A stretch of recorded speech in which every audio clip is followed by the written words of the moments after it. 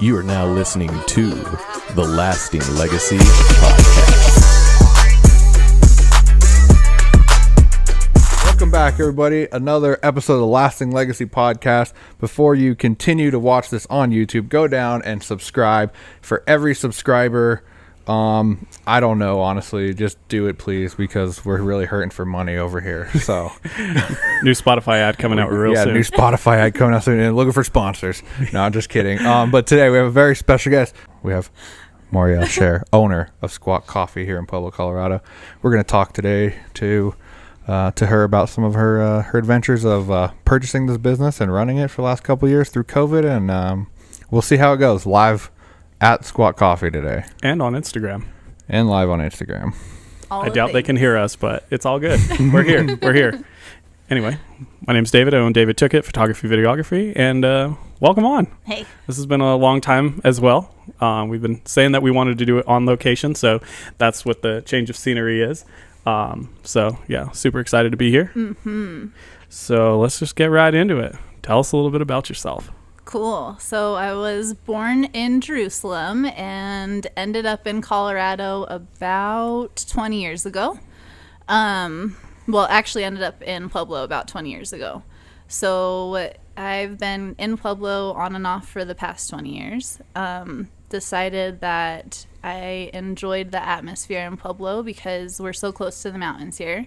So when the opportunity arose that I could get this business, I decided that I wanted to take it and kind of grow from there.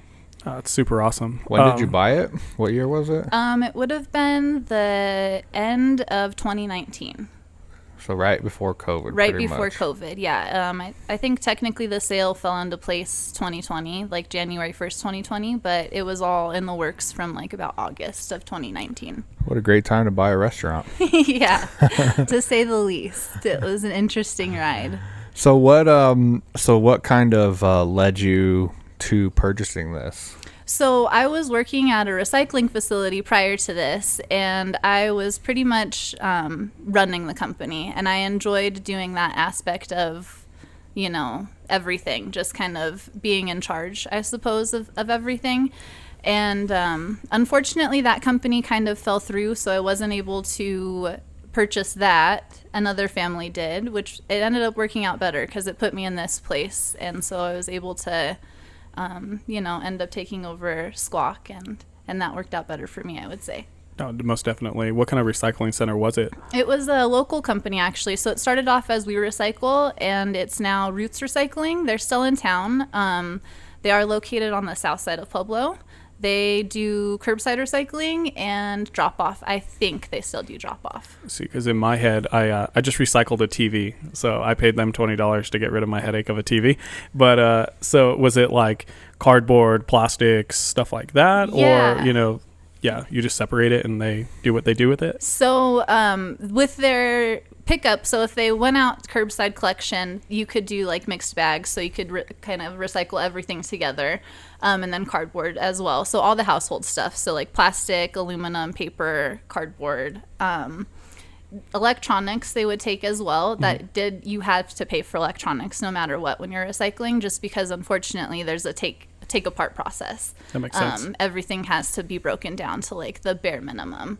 And so there's a lot of work into it. I was going to say, now, I mean, I was wondering this because I literally just did this like 2 days ago, but where does it become profitable to be in recycling? Yeah, so it really depends. Like the way that this business is running, it basically, at least when I was still a part of it, it was all the membership fees is kind of how he made his profit. Nice. Everything else just kind of went back into the business. And so if it was like a cardboard run, we would probably have a cardboard truck every about once a week, because we had a lot of cardboard clients. And so that means the whole semi is coming to get about 40 bales of cardboard, and then that's about $10,000. So like, wow. And that was at the market a few years ago. So who knows what it is now? It's always changing in that field.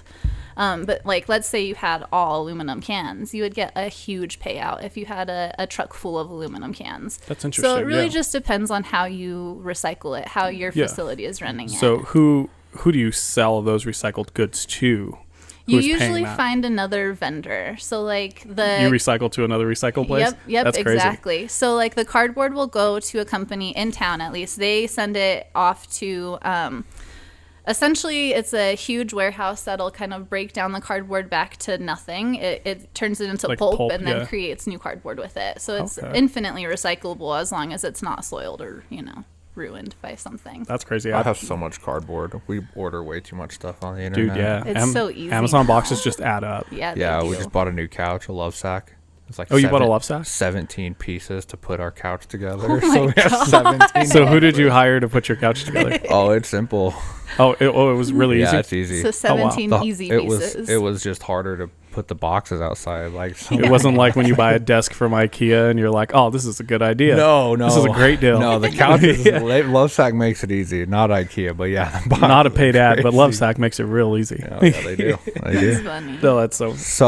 So you went from there to working at Squawk then, or Yeah, so Yeah. I took a little hiatus because I was working at We Recycle, which turned to Roots, for about 3 years. So I was running it for about 3 years, and I hadn't had a break for a long time, and so I needed to take a break. It's time to do something that made sense for me, and so I took like a little 3-month vacation, and then I ended up helping the guys out that own Squawk. Yeah. nice. So, how did you? So you worked for Squawk before you owned Squawk. Yeah. So do you kind of want to talk about that transition? How long were you here, and how did the opportunity come about to owning it? So I actually met the guys that started Squawk through Roots. So they were customers of Roots when they first moved to town. One of our drivers ended up collecting their bin that they had their recyclables in, and they needed it back. And so I ended up delivering it back to them, which created this really nice relationship between us. They ended up living up the street from me. So Small world. Exactly. Yeah. When they decided to start opening this shop, which they had a shop in Texas. So they moved from Austin, Texas to Pueblo, Colorado, thought that Pueblo was the place for them, but decided it wasn't, which worked out for me really great. But they decided to open Squawk December of 2017. And then in May, they talked to me about it. And then I started working for them in August of 2017. Nice. So you got like 2 years or so working, Yeah. learning it all. I feel like that would make the transition easier than just buying some business that you haven't worked in. Yeah. It felt For- so smooth for me to be a part of it already and to already have a good relationship with the customers. And Yeah, you're a familiar face. Exactly. It wasn't like somebody corporate just kind of coming in and changing everything, which seems to happen. Honestly, that's what happened at Roots. Unfortunately, they weren't corporate, but they just came in and they wanted to change so much right off the bat that it kind of took away from the culture. Exactly. And it was like it took 9 or 10 years to get it to where it was. And so then to like just kind of throw the wrench in there when you're brand new is a little hard to handle. So I think from learning from that, I decided not to change anything right off the bat. I mean, I changed like little things, but nothing major because it was like, there's just no point. Yeah. If it's working, if it's not broke, don't fix it. Exactly. Yeah. And that's how it felt. It seemed to be working. So I was like, I'll continue to go. And then COVID came and I was like, well, really, I'm glad I didn't change anything because I feel like had I would have really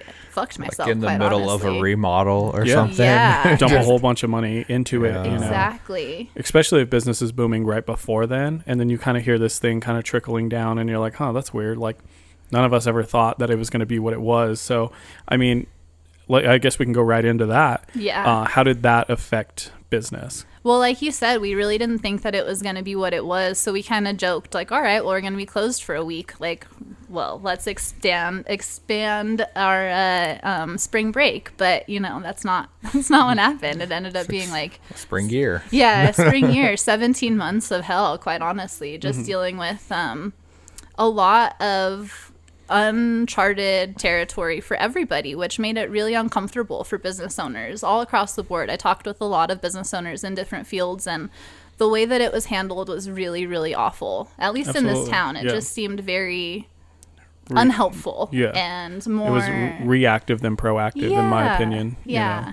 There was a lot. I know It's that hard- we were just scared. Everybody was just scared. They didn't know what Yeah. to do, so they tried to do the best they could, and I get that. It just didn't necessarily work out. And there was so much back and forth, and then so much like, well, Denver's doing this, so Pueblo's doing this, but it's like, well, can we just all do one? Yeah, like, yeah. it would be a lot easier if we were all... A lot of uncertainty. Yeah. And they were, basing numbers off of, I do remember, they were basing our COVID numbers, but we were sent COVID patients, for our hospital. So it was really our numbers and then smaller surrounding cities numbers as well, and which, kept us locked down even longer, Yeah, and if you really break it down, a lot of that stuff, like a lot of the COVID numbers weren't actually COVID cases. Absolutely. If you really look into it, it just sucks. It's very interesting. Because it is very interesting. It was all really a money game, I think, for a lot of people, unfortunately. Mm-hmm.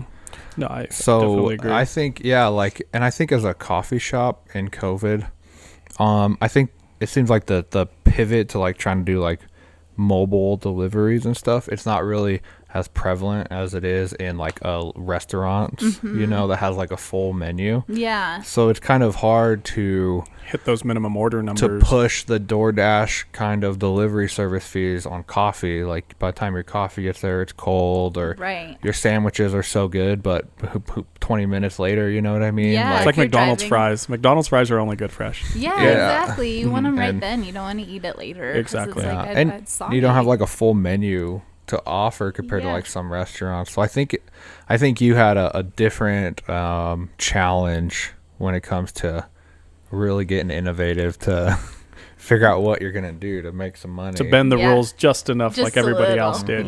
So what did you guys do? Well, we were honestly really lucky that we were able to stay open. Like, we didn't have to shut down. We fell under the restaurant category, so we were still able to like run, even though business was like god awful. We had some days where we would only see 2 or 3 people. Your location is great. You're right by the judicial building downtown, which was closed. Yeah, I was going to say, a lot of your clientele is right across the street. So when you take those, they're working from home. They're postponing court dates and all this good stuff. Like, that definitely takes a burden out of all the normal flow that you normally get in here. Yeah. And we tried really hard. Like, we thought about how to, do some sort of delivery. We thought, well, maybe if we just do like local within 5-mile radius, but it just didn't make sense. Like, logically, no matter how we tried to run it, it didn't make sense. And so it was just like, this isn't what we want to do. We're just going to keep it as simple as we can and hope that we still have customers. And thankfully we did. We have a really good like clientele of our regulars that we enjoy seeing. And obviously they enjoy coming, and that's the best part. Yeah, absolutely. I feel like the regulars were keeping everything afloat for everybody, honestly. They really were. And then every once in a while, too, like, hospitals would leave little love bombs because they were getting so much money. Like, they would have somebody that was in there that would be like, by the way, we want to buy, like, $500 worth of gift cards, which is huge. Nice. That's really cool. That's cool. That's really awesome. And then it was cool because then they're giving those, like, $5 increment gift cards to all of the nurses and the ER workers and people that are working god-awful hours just to survive. No, absolutely. Yeah, and $5, it's like 100 new customers. Yeah, exactly. Give it a shot. So. Exactly. Yeah, it was a nice little way to kind of help boost and create this connection with the Parkview. It was Parkview, I think, that ended up doing that. Was it before or after the rebrand at Parkview? No, it was, I think it was before. I think it was before, yeah. Awesome. I don't know how I feel about their new logo, but yeah. I don't know that I remember their new logo. I feel like I still owe money, whichever logo they have. Either way. Toby cost you money. Yeah, exactly. Unfortunately, babies do cost a lot of money. So how many employees do you have right now? This is Brad's favorite topic to talk about. I love talking about employees because it's hard to grow. You have to have employees, but it's hard to put a good team together, I feel like. So I always like to hear people's experiences with that issue. Yeah. So I have, I think that was the perfect word for it, because you never know. It could be really good or it could be really awful. I have one employee right now, so it's me and one other person. Nice. At a time, I did have 4 employees working for me. And that was beautiful. I loved having that atmosphere of, that constant hustle and bustle, and in the back it's kind of like tight, so having that many people back there, you're kind of always working around each other, and it's fun in a different way. Unfortunately, there's always things that happen with employees, and so no matter how good your team is, it can easily fall apart, and it tends to always kind of happen all at once. It's never just like this one person goes and you can kind of like float. I lost 3 employees within a month of each other, and it was a hit, but at the same time, like, it ended up working out better, I think. I think that I was easily getting too much payroll because I was still, like, happy having all these people around, but our business was slower because we weren't in the summer months anymore. And unfortunately, coffee shop is slower during the winter. I would have thought the opposite. So that's You very would guess, interesting. really? Yeah. I would have. I mean, Brad's always drinking coffee, so I think it makes sense. You're kind of out and about, like. yeah. Yeah, I think that it's easier to think about, like, you know, splurging in the summertime for some reason than it is in the winter because, like, you're doing more. So you're like, I want to. You're more Well, active. it's like Yeah. dark at like 4. There's only like 9 hours of sunlight too. So Yeah, you're like, you're literally hibernating Yeah. pretty much. Yeah. Yeah. Which, I mean, you have interesting hours here anyway. Yeah. So, I mean, you guys close at 1? Right correct? now, yeah. Yeah, We are see. closing at 1. So it does make it a little bit different. And then I just saw a recent post that you guys were no longer open on weekends. Can you want to go into that? Because that's kind of scary, you Yeah. know, a scary thing. Yeah, you know, and we've had a lot of feedback with people that have been really nervous about it, and I've just kind of been as honest with them as possible. One, like, it's May, it's wedding season, it's like getting to the point where everything's super busy, and it's a lot harder to maintain, like, with only 2 of us working, to maintain a full schedule and still make sure that we're both able to do the things, like, be humans, you know? Yeah. So we decided to cut Saturday, not because it wasn't a busy day for us, but because we decided that it made the most sense. If we were to have to take away one day, Saturdays would be the one. It's not necessarily a loss, though, because we are planning on growing and, like, doing patio shows in the evening. And so it's also to kind of give ourselves time to rest on the weekends so we can actually still be humans and be able to give you guys the best experience at Squawk instead of like, oh, well, I'm here and I'm a zombie and I'm really unfortunately, like, Kind of grumpy. unhappily doing this. Exactly. Yeah. and I can't drink any more coffee. And I'm tired of coffee, which I don't think will ever happen. But it's one of those things, like, you just don't want to burn yourself out Yeah. on something you love doing. And so we decided mental health, honestly, is That's most huge. important. And let's take Saturdays away so we all are happy. So, No, that's awesome. Yeah, It gives and you I guys think time to regroup and, like you For say, really sure. put together a game plan and still have the energy to put something on. Let's say it's in a Saturday evening. you know. yeah, and then that was the other thing too. When I first took over, I had a lot of extra help. I had a partner, and he was doing, like, the shopping for me and all the things, and That then helps. that falls apart as well. And so for the past, like, 2 years, I've really been doing everything. And I think that I am burning myself out because I don't have a day to break because my Sunday is then the day to do grocery shopping for the shop. Do And so- laundry and do everything and do else. everything yeah. at the household too. Exactly. So then it's still like I'm not really breaking. Yeah.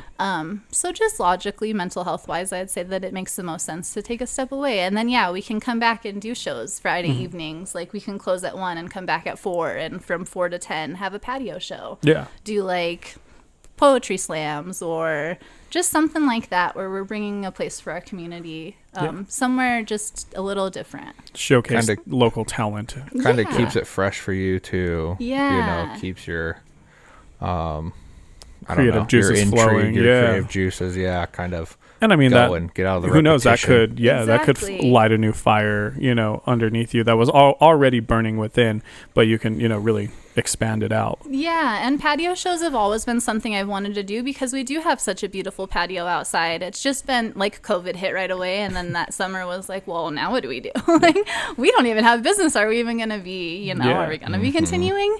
So it's kind of great. Like, this summer, I feel like is going to be this huge shift in this beautiful direction. And we already utilize our patio in the mornings to have like yoga out there with some of Oh, the that's different really yoga cool. studios. So it'll be fun, one, to bring that back, but also to kind of showcase our patio in a different way and have like nighttime acoustic shows. That would be really awesome. Right? I feel like it's something that Pueblo needs. I mean, we have a lot of good community places, but I think we could always use more. No, of Yeah, course. like the first Friday art walks and stuff like Yeah. that. You should be in part of that. I don't know how you do that, Yeah, but well, that would and be I've really talked, cool. I've talked with our local guys, like just in our little plaza, but also Last Leaf Printing is just right up the Yeah, street they're from like a us. block away. Huh? Yeah, and so we've kind of talked about, pop-up shows Mm-hmm.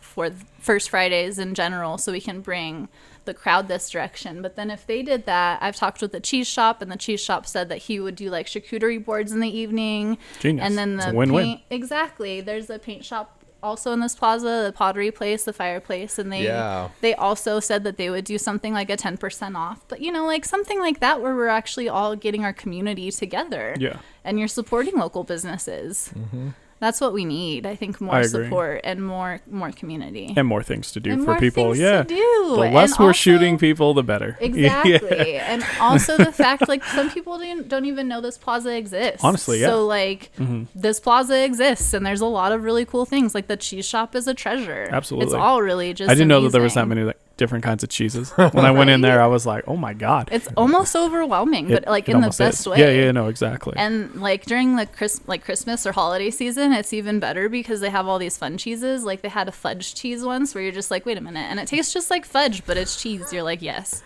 that's this insane. Is everything I want. Yeah. That's crazy. That's insane. And that's coming from a vegan, guys. So I'm just saying, it's good cheese.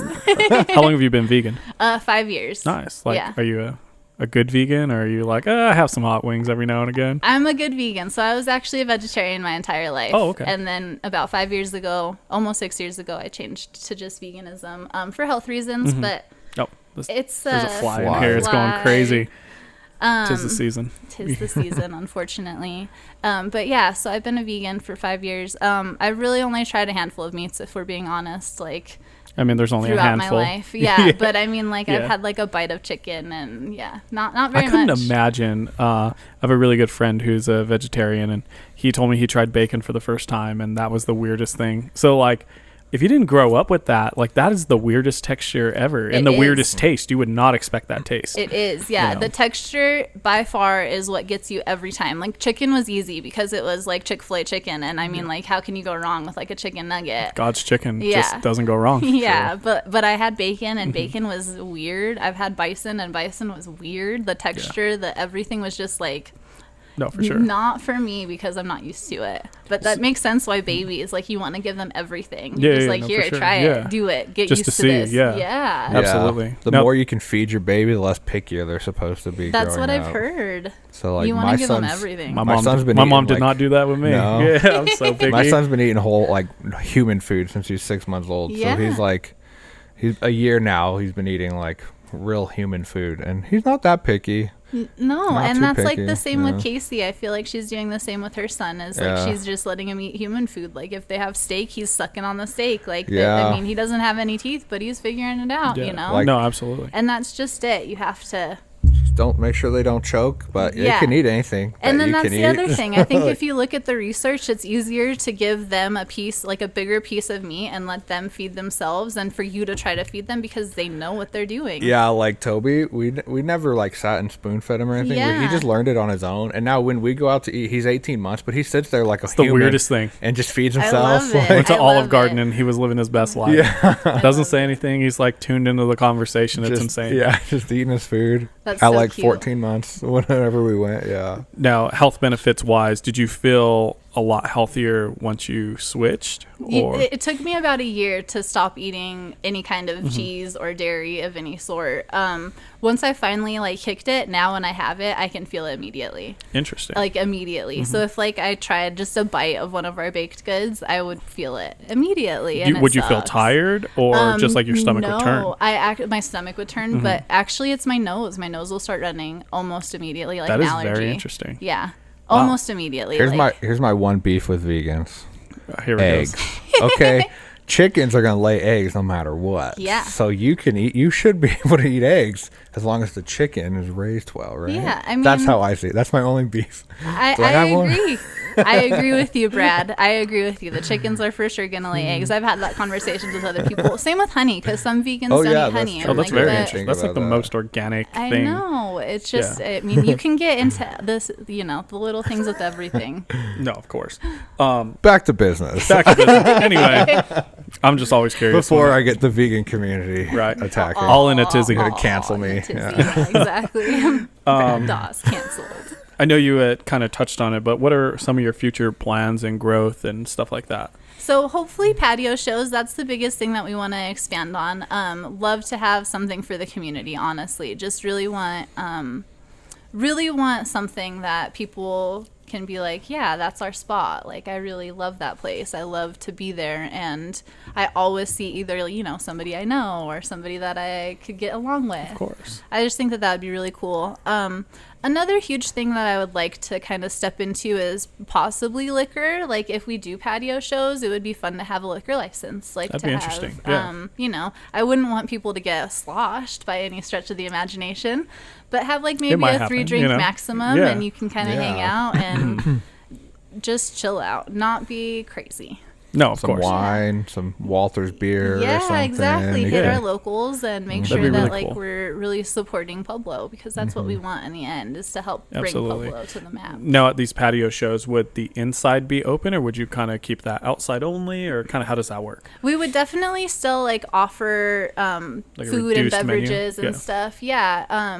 We just would probably encourage people to be outside. Like, we would want people to come in and order, but like even ourselves, we would want to be outside. You know what I No, mean? of course, yeah. You don't want to be cooped up in here and watching everybody have a good Yeah. time. You can have like Exactly. a concert menu. Oh yeah, that'd yeah, be like cool. that would That'd be be cool. perfect, honestly. Air fried pickles, Yeah. fried oh my pickles. God. Yeah. And we do have a friend that has a Traeger grill. Oh, yeah, And so even he's better, talked yeah. about bringing that. I was like, yeah, Damn. brick oven pizza. Oh, that'd be Dang. so good. Bop, bop.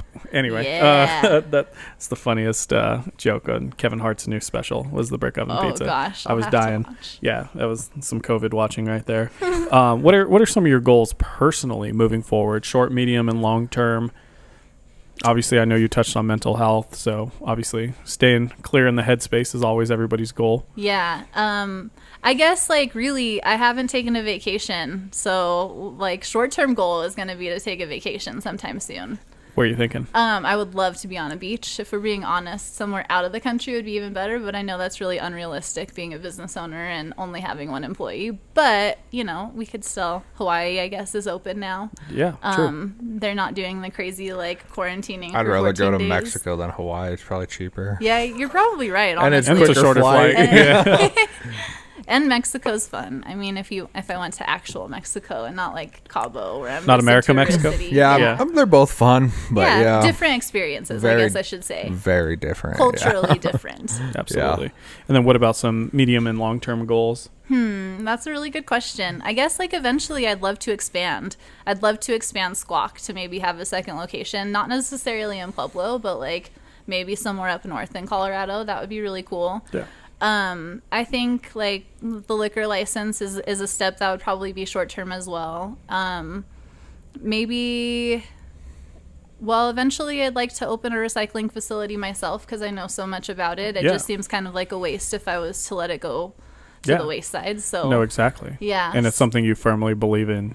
So Yeah. why not? yeah, exactly. I don't think it would be that much harder. No, Yeah. and it kind of just like ties it all together because we already compost our grounds and everything here. So if I was doing it, I might as well do it, you know, kind of, and bring something else to the community. Would that be at a separate location, or could you achieve that here? Possibly able to achieve it here. Probably a second location. Yeah. Just because with recycling, it's so dirty. Oh, I'm It's sure. like yeah. just I don't think like health department wise I could slide that, but like yeah. otherwise I'm sure there'd be a way to do it. You know, like a drop off location for people composting. That would be pretty simple to Sure, do. yeah. I don't know. There's definitely a lot of ideas. It's interesting. I was watching Shark Tank last night, and there was this guy on there who made like cricket bars, like bars out of crickets, right? Because it's like the most sustainable protein source in the world. And COVID hit, and then like they kind of weren't getting a lot of like second time buyers. A lot of people would try the cricket bar but not like it or something, and so they actually totally pivoted their entire business. So instead of creating cricket bars, they just raise crickets, so they sell crickets and then they compost everything. So that and like their business like 10x'd. But yeah, they totally made that switch. So it's kind of interesting. It is Composting. interesting. I never thought I would be talking about it 2 days in a row, but here we are. That's insane. Yeah, I didn't even know. Yeah, it was as prevalent as it is apparently. Yeah. Yeah. I mean, composting, it's important. It's really important. And when you're already doing a business like this where you have a lot of waste, you might as well figure out how to do it properly. No, for sure. And not be wasting. Yeah. Don't create Truly more wasting, waste. yeah. Yeah, exactly. Absolutely. Except for those bamboo spoons and cutlery. I don't like those. There's a lot that they're still working on, that's for sure. Yeah, that is a texture thing for me. On my lips, that is the weirdest thing ever. Yeah. I had some bet. yogurt with it, and those two textures, I couldn't even finish it. Yeah. Yeah, I could see that, honestly. So, I mean, super long term, like you said, expanding to another location, composting, patio shows. But what about for you personally? Is employees or really taking a backseat on things? Like, is that in the sights? Buying a Yeah. Lamborghini. Yeah, Marcielago. That's right. It runs on vegan fuel. Yeah, I guess I would like to get more employees eventually. Right now, we're really good where we are. But that doesn't give either of us time to be able to take a break. So I think both of us would like to have another employee eventually. I think that would be good. Yeah, one or two. Maybe even somebody that just does grocery shopping. That would be really nice because I'm kind of over it. I hate the grocery store. I'm very grateful we don't have to wear masks anymore. But I hate the grocery store, so. Could do the Walmart pickup or whatever. Yeah, somebody suggested that, and that would work if they knew how to choose the produce right. You know what I mean? I'm or like sure if that's a they big knew part, how yeah. to choose like anything right. They're like, by the way, here's something that's like moldy, and Yeah. I've got it in your bag. An avocado, thanks. Yeah. Yeah. My wife never would do that. She's like, no, I would never pay for someone to go shop with me. And I told her, I was like, if it was up to me, I would just have everything delivered to my house. I wouldn't do shit. If it was up to Right. Brad, everything would be frozen and in the air fryer as well. Like I would just be like, I don't care what bananas you give me, just send me some bananas. I just want the bananas. I don't care if they're black or green. Just give Doesn't me the matter. bananas. Right. We'll mix it together. That's insane. That's hilarious, honestly. You've owned it for 3 years now, right? Yeah. Okay. What were some of the challenges that you didn't think you were going to face, or what was something that was like a challenge that you were like, well, I wasn't expecting that? And what was easier than you thought? I think running it was easier than I thought it was going to be because I had experience at Roots, and so I had experience with people, and I've worked customer service like my entire career, so like I'm really good in that sense. I think losing employees was one of the hardest things for me to handle mentally, just because I didn't know, like I knew it wasn't personal if I actually would take myself out of it. I was like, yes, this is what it is. However, like in the moment, you definitely take that kind of stuff really personally, and you definitely think like, well, what could I have done to maybe have like switched that or kept that person longer? But really, like, there's nothing you can do. And that person's going to leave regardless. It's just a matter of, like, are they going to do it on good terms or bad terms? And of course. Thankfully, like, most of my employees left on good terms. So. Oh, that's good. Yeah, that makes sense. I had one employee. She was really great. But, yeah, she left.